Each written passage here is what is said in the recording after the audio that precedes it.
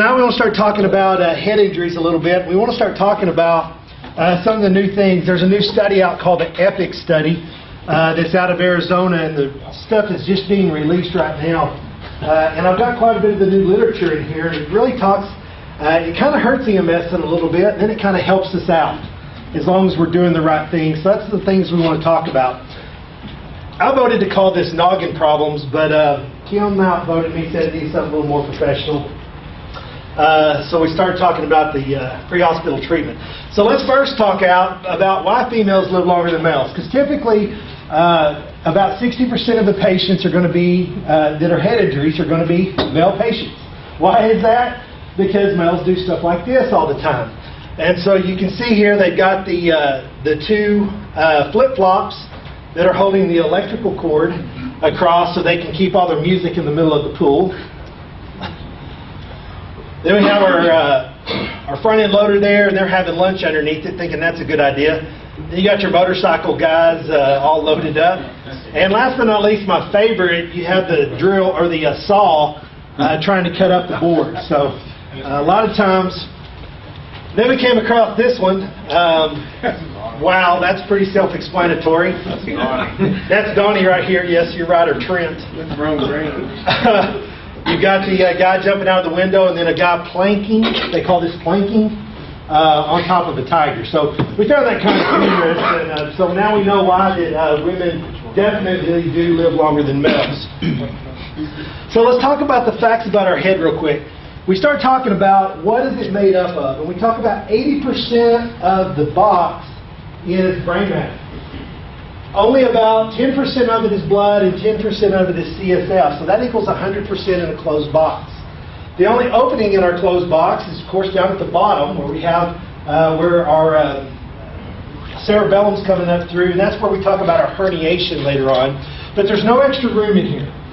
Some of the information coming from the EPIC study starts to talk about 25% of our patients are from trauma death is directly related to a head injury as the reason of death. Of that, 50% of that is motor vehicle accidents. Head injury is 50% of the motor vehicle accidents. 1.7 million people a year are treated in the ED for TBI, for traumatic brain injuries. 50% of the ones that are going to die will die in the first 2 hours. So it tells you I don't have a lot of time. That golden hour kind of comes into play, even on our head injury side, and what they can do to fix those things rapidly. So we talk about our anatomy real quick, and anatomy becomes very important because as we get our skin pulled back and we have our cranial vault here, you can see that the skull is very, very thick, especially in the back of the brain, or the back of the head, where our basilar area is. The skull is very thick. We start talking about, we get into our layers, and we have our dura that's intact. The dura is considered the sac that goes and means tough mother. And it's not just super thick, but those of you that came to Cadaver Lab got to hold that and see just how thick that was and how tough it is and how it attaches to the skull. There's just a cross-section cut out of the the whole brain, and so you can kind of see there is vascular to the outside portion of this. And that's where we get a lot of our bleeds from time to time that may happen on the outside of the dura versus the inside of the dura, depending on the layers. And last but not least, there's a full cross-cut section so you can kind of see the full layers getting down into the brain. So the EPIC study starts talking about the H-bombs. And we start talking about the things that, and they started talking a lot about intubation in the field. And how intubation in the field is bad because paramedics don't do it right. But when I read the study, they said that we do it right, but we don't manage it right post-intubation. And this is where we start talking about our H-bombs. And our first part, our hypoxia. One fatal drop below 90 on a pulse oximetry doubles mortality. And so how many times have you been intubating somebody and you get a drop in your O2 sat? That's why we've gone to a nasal cannula for passive oxygenation during our intubation attempts. Hypertension. That should be hypotension. One drop below 90 millimeters of mercury doubles mortality. because we start talking about the cerebral perfusion. And it takes, during a head injury, the mean arterial pressure needs to be about 90 to 110 in order to be able to perfuse the brain that's injured. Whether that be from an occlusion from a stroke or from an active bleed that's going on in the brain secondary to trauma or an aneurysm. And then we start talking about our hypo and our hyperventilations. And this is where they really started to talk about the intubation portion. Too little increases CO2 because we build, it puts us in an acidotic state, and we have poor oxygenation, which is what's happened here is I'm not ventilating them enough. What's building? CO2 is going up and oxygen is going down. Well, we've just talked about one drop below 90 doubles our mortality. If we have too much, so for years, and especially some of the older medics in the room, we're always taught about hyperventilation. So giving them a lot more ventilation than they needed over the first little bit during the traumatic brain injury. We've learned that this is also just as bad because it causes vasoconstriction. So if I've got a head injury and I'm bleeding in there, I've got an occlusion, and I cause more vasoconstriction, then I've done nothing but make my problem worse at the end of the day. So our goal is to make sure that we get our end-tidal CO2s between 35 and 45, and we really want to try to average it out at about 40. And the thing is, we can do this by a couple of different ways. First of all, we can use rate. So if they're a little high, I could speed their respiratory up just a little bit, stay within normal limits to get that number down. If I'm too low, I can just slow it down a little bit and help me retain some of that CO2. Is what the EPIC study came out to say was 52% of all head injuries decline while they're out to the hospital that were intubated. That's a huge number, 52% of them, because EMS was mismanaging their ET tubes post-intubation. So it became a very big concern. That's why you've heard a lot of talk about the RSI. You've heard a lot of talk about intubation in the field. The state of New Mexico has taken intubation away from any child outside of the facility. A child cannot be intubated in the state of New Mexico even if they're in cardiac arrest. And so, but at the end of the day, we can prove that we do it right here because we use the proper tools. We have end-tidal readily available, and we use those, and that's the gold standard. So we talk about our medical versus trauma, because when we start talking about our CVAs versus the trauma and versus the medical side of it, our CVAs, they're treated basically the same. So our TBIs can be from a medical cause or a trauma cause. Some patient that has just had an aneurysm pop, that's trauma to the brain because the vascular system has not been able to hold up and has popped at that time. This is a CT scan of an occlusion, so this is an occlusive CVA versus this is a hemorrhagic CVA, and you've got the brightness. The brightness is going to be blood on your CT scan. Our H-bombs still apply, even for our closed head CVAs, because it's still a sealed jar and there's no room for expansion.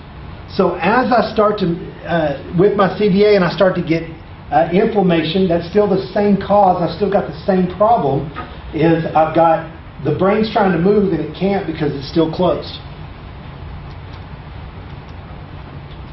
Some of the things we talk about is our subarachnoid versus epidural bleeds. Remember our subarachnoid hemorrhages, these are going to be our patients that have a sudden intense headache, maybe associated with neck pain, with vomiting, with nausea. These are your patients that will say, this is the worst headache I've ever had in my life. And we see that a lot, and so we kind of got to judge that. These are the patients that will have a rapid loss of consciousness or even death very quickly. On our epidural side, this is going to be our brain the bleed that's going to be on the innermore portion. Typically from skull fractures, from tears that are going to be tears on the vessel lining from around the dura or the brain that may be detached from the actual skull at that time. Sometimes these patients may leave them in a coma for a long period of time, and they may stay alert for several hours. So they may be just fine for a long period, then all of a sudden lose consciousness.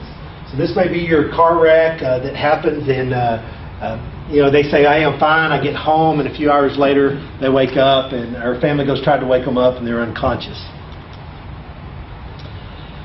So what's our treatment? What do we need to do? First of all, we need to have a great assessment. What's the story? What's the mechanism of injury? When I say mechanism of injury, what's the story leading up to? Hey, Dad went in there, he was fine 20 minutes ago, and then he started to have this horrible headache. He started throwing up, and he fell on the floor unconscious. That's very important for our survey of leading up to what's going on. The time of injury. This is very important for us to be able to transfer this information over to the hospital staff because it tells them a duration of how long this patient's been in this shape. Any preceding factors. Was there headache? Was there nausea? Were they unable to, did they have a poor gait? Were they uncoordinated? Hey, we went to dinner with Dad and he was just picking at things at dinner. We thought that was kind of unusual. We got him home and now he's unconscious. Changes in mental status, any anticoagulation therapy. Guys, there's so many of these out on the market now, it's kind of hard to keep up with them. A lot of them don't have to go have PT, PTT, and INRs drawn anymore. And so these drugs are becoming very popular, especially for our AFib patients or our Coumadin patients, because it no longer ties them to have to go to the doctor every other week to get their lab values drawn. Even aspirin on a daily basis. It seems like a lot of the population is on aspirin. You look at your pregnant populations, the amount of people that are on Lovenox now at home for clotting disorders during pregnancy. And so it expands to a wide range of the patients that we see on a daily basis that may be sick. Pupil evaluation. Donnie did a CE on about CVA a while back, and we talked about the pupils. And pupils are being the window into the brain. What's going on? Everything's tied directly to there, and so we really need to get a good pupillary evaluation. You'd be surprised at the number of CVA calls we read, and it doesn't say anything about the pupils at all. So nobody ever looked at those, and that's probably a very important part because you're able to tell what is the brain doing at that time. Level of consciousness or loss of consciousness. So was it prolonged? Did it happen 2 hours ago, 2 days ago, 2 weeks ago? Did they have a loss of consciousness now? Then they returned and they're fine and everything's been fine and all of a sudden we lose consciousness? Airway assessment. This becomes very hard because as these patients get more sedated, for lack of a better word, or their level of consciousness starts to go down, I have to evaluate when is the time for me to take their airway. Because we've shown they're going to tolerate their own airway, but if it comes to a point where I have to take it, then I have to be able to manage those end-tidal CO2s to try to prevent that mortality long term and for them, try to prevent them from decompensating. Body language, poor posture. Are they able to hold themselves up? We had a guy one day, he was able to talk and carry on a conversation, but he was leaning the whole time. And we asked him, said, why can't you straighten up? He said, I am. Because that's part of that, everything going on in the brain is that his posture was starting to take effect. Let's talk about pupillary evaluation a little bit more. This is very important to know where did we start and where are we going and where did we end. So I need to get these assessments at the very beginning of the call. I need to be, and that's something that's very simple. I can be doing this in the house and looking at them. I may not be able to get it dark enough to check their pupils, but I'm able to see, are they equal?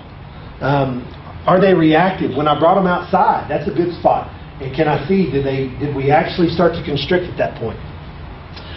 When an abnormal, just remember that there are about 10 to 20% of the population that has a normal abnormal pupil. Okay, so that may be hard. I may have to ask that question. Do you have any problems with your pupils? Oh yeah, I have that where one's big and one's small all the time. Okay, good, because I just got real nervous with what was going on. And so I've got to kind of size that up. Remember that anytime I've got anything going on in the brain and I put pressure on the optic nerve, this could affect my pupillary response, whether one gets bigger, one gets smaller, or one doesn't react. How does it react? Is it brisk? Is it slow to react? Is it sluggish? I need to be documenting these things. Level of consciousness or any loss of consciousness. GCS is very important. Not only is GCS important, but RTS is important. Very few times do we see reports, documented trauma reports, that have an RTS in them. That's an extra, it's not on the normal vital sign page. That's when you have to click to get over to there. And we just don't see that a lot.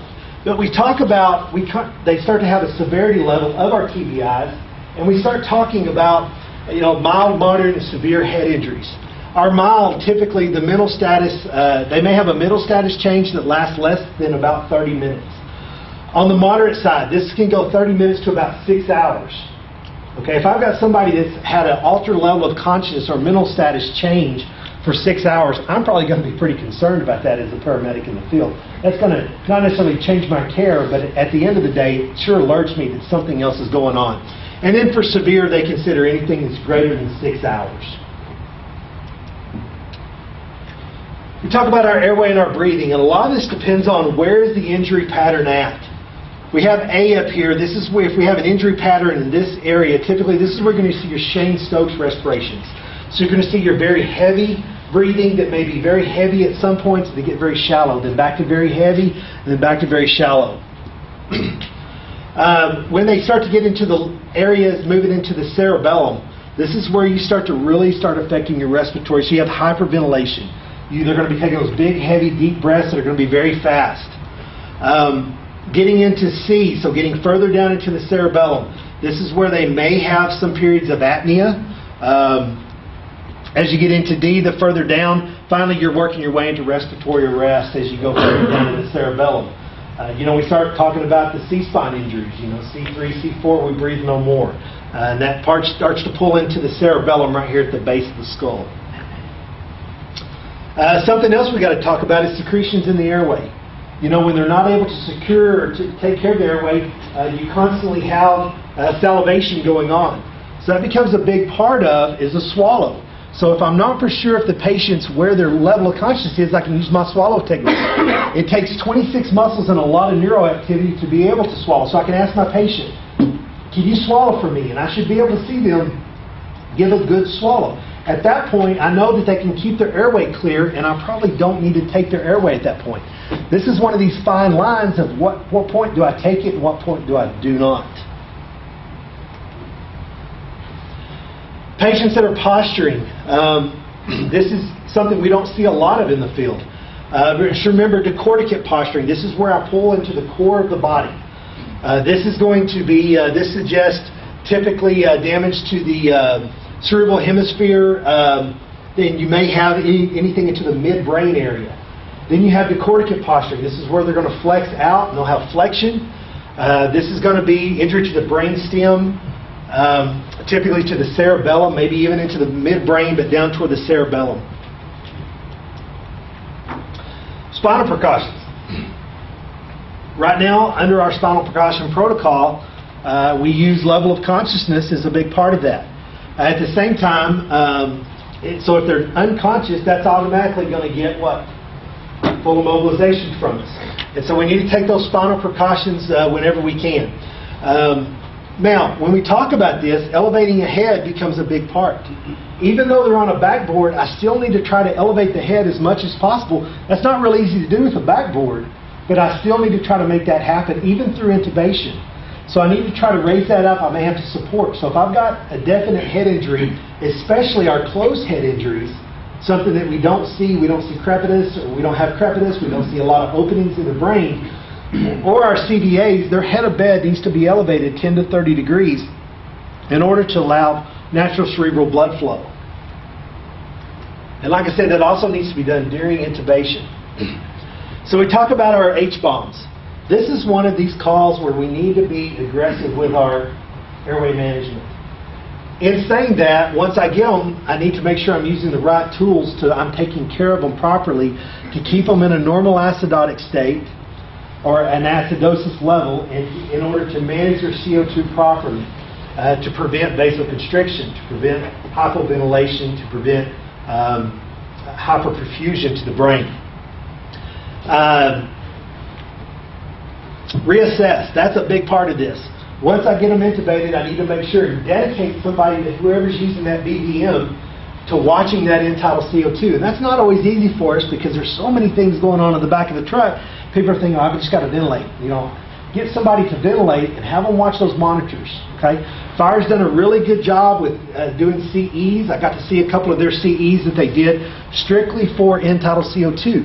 All of their basics went through it. So you should see a big improvement with them managing those end-tidals because they're very educated now. It was a very good CE they took, talking about managing those end titles and what they're looking for and why they're looking for it. Sometimes at the end of the day, we need to add one of our favorite drugs, and that's diesel. We need to get them to the hospital quickly, especially in our trauma situations. That's why we limit those scene times to 10 minutes. So let's talk about our case study real quick. Our crew was dispatched to the scene of a 56-year-old male who co-worker stated that he had a seizure and became unresponsive while he was driving down the road. Co-worker stated that the patient had been complaining of severe headache over the last few hours, and it was like he needed to go to the hospital, he said, or like to go see a doctor. He did not feel safe driving him, so they elected to drive him.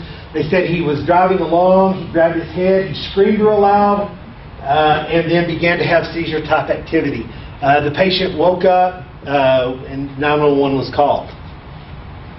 So you can see that our crew got there. They found the patient. Let's kind of get the small print here. Sitting in the passenger seat of the vehicle, parked at the gas station. They found the patient sitting upright. They got him assessed. They moved him to the truck, and the patient was moved to the truck and noted to have no reaction to painful stimuli. So what kind of change of level of consciousness did we have very quickly? It was just a matter of moving him out, getting him to the truck, and we're already in an unresponsive state. While attempting to obtain the blood pressure, the patient vomited.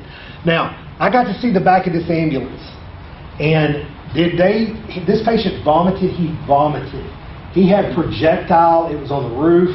It was all the way down. I mean, they said he was unresponsive the whole time. They got him set up or rolled over, and it just sprayed everywhere. Very big mess. The patient remained unresponsive. They made the decision at that time to go ahead and elect to intubate him, and they got him down. They did go ahead and give him Narcan just to make sure it was a drug overdose, and then they got him intubated. So we look at our blood pressure. Our initial 166/91. So that gives us a map of 116. Are we perfusing there? What's our goal? Should be in the neighborhood between 90 and 110 roughly on our mean arterial pressure.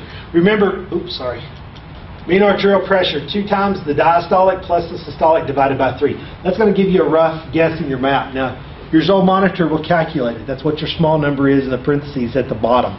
That's going to be your map. They've done a very good job. They talked about the pupils were reactive. No reaction at that time, and they were at 2. They got another set of vital signs, and they ran this on an NIBP, and then they covered themselves by putting them on an auscultated. 184/94, which gave us a map of 124. They were getting intubated at this time. They're still documenting their pupillary size.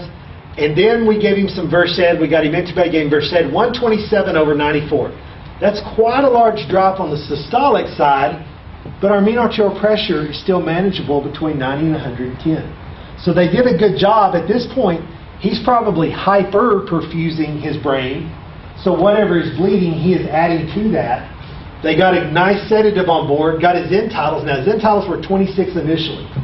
Okay? So, and you can see they slowed their respiration. They adjusted their respirations a little bit and got them up to 28 on the way to the hospital. They managed as best as they could. But when we get to the hospital, we notice that, now how long is our paralytic going to hang around? Acetylcholine, typically about 10 minutes, give or take a little bit. Norcuron, remember, up to 45 minutes. Just because those patients are not moving doesn't mean they're sedated. So I need to do my continuing sedation at this point. They need to have Versed and fentanyl used together at that point. Once again, they had a very nice documentation of their pupils. They paid attention to what was going on. Next case study. They had a 49-year-old male who was found on the home in his residence with snoring respirations. The wife stated that they were at home in the bedroom having some fun, and the patient slumped over, fell on the bed. Became unresponsive immediately. The patient doesn't have any major medical issues that the family stated. He had taken some male enhancement drugs that day, which could be adding, so you kind of started weighing things together of what's happening. Because they gave it a vasodilative drug at that point, and now you have a sudden loss of consciousness. Patient does have a history of prostate cancer, hypertension, diabetes, a little renal insufficiencies. No drug or alcohol at that time. So they assess the patient for the first time. He's laying there in the care of LFR. The patient's pale, diaphoretic with snoring respirations. No obvious signs of trauma or abnormal. So we're thinking at this time it's probably something with his head, and everybody agree with that. But it's not trauma related, but we're still going to kind of treat it like that. So at that point, they get him in the back of the ambulance. The patient, he takes an oral airway, no problem. Has rapid respirations, they're still noted. The patient's still pale and diaphoretic. He's becoming less responsive at this point. O2 saturations are starting to drop and decline. Ventilations begin, so they're very up to date on what's going on with him and trying to get him fixed quickly. I want to point this out because we don't have a blood pressure right here at the very beginning. It's okay. They gave us pretty much a full assessment of what was going on. We understand sometimes it's just really, really busy. We don't always have a blood pressure to start with. But when we got a pulse, we got snoring respirations, we're doing everything. But the trick is here is we have pupillary response immediately. So they were paying very close attention to what was going on. Pupils were noted to be 3 and very sluggish at this time. He still have snoring respirations. And they're noting diminished lung sounds with rapid respirations. They finally get a blood pressure. This was just a matter of just a few minutes. 182/100, which is a mean arterial pressure of about 128. Pulses are noted to be strong. They're doing good. Saturations are coming up. So we're trying to prevent from that hypotensive or that lack of oxygenation when our sats are below 90. Then they get him intubated here. Let's see, patient. Okay, respiratory drive is rapidly slowing. Oxygen saturations appear to be falling, but so they start to ventilate him. At that time, they get him paralyzed. End titles come in at 49. Okay. Now, why is the end title so high initially? Well, he wasn't taking care of his own airway properly. He wasn't having a proper gas exchange. They did a great job by getting him intubated very quickly. Mean arterial pressure stayed a little high, not too bad. Case study number 3 was a response to a fall. A 62-year-old male was lying supine on the ground. Other employees stated the patient was working on the roof when he fell off and landed on his head. So this is where that trauma call comes into play very quickly. Now, if you'll notice, it's yet to be seen that anybody's documented head of bed elevated. And it's something that they probably did, but it's something that we really didn't document real well. It's something we need to really be doing is documenting that head of bed elevated 10 to the 30 degrees. So they get him extricated. They get him in the back of the ambulance. The patient is lying supine on the concrete. He's still unresponsive with strong radial pulses, agonal respirations with no purposeful movement. They've done a nice job documenting the head injury right here of what all was going on. And that C-spine was quickly a priority and controlled throughout patient contact. They get an initial set of vital signs as 138 palpated. Okay, this guy's not breathing real well at all, if any, at this point. He's unresponsive. You're doing the best you can. You get your palpated blood pressure. You're starting to assist him in ventilations. You've got good pulse ox. You got good pulse ox, so that tells me that they're staying on that and trying to prevent that from going below 90. And then you've got your second set of vital signs, 148/88, which gives me a mean arterial pressure of 108. They get him intubated. At this time, they get him paralyzed, and his end titles are now 34. Something that they've done a very nice job at is slowing the respirations down.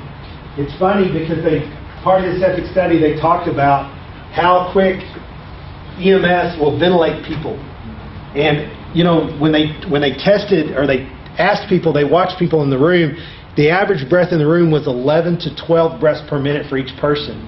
But when they were asked to ventilate, they were ventilating at between 16 and 20 breaths per minute. And that's something that we don't really think about because it's second nature to us. Okay, I've got to give a breath as I'm taking care of them and getting multiple things done. So this is something they were very, very good about slowing their respirations down and getting their oxygen saturations up and keeping their end titles at a nice level area.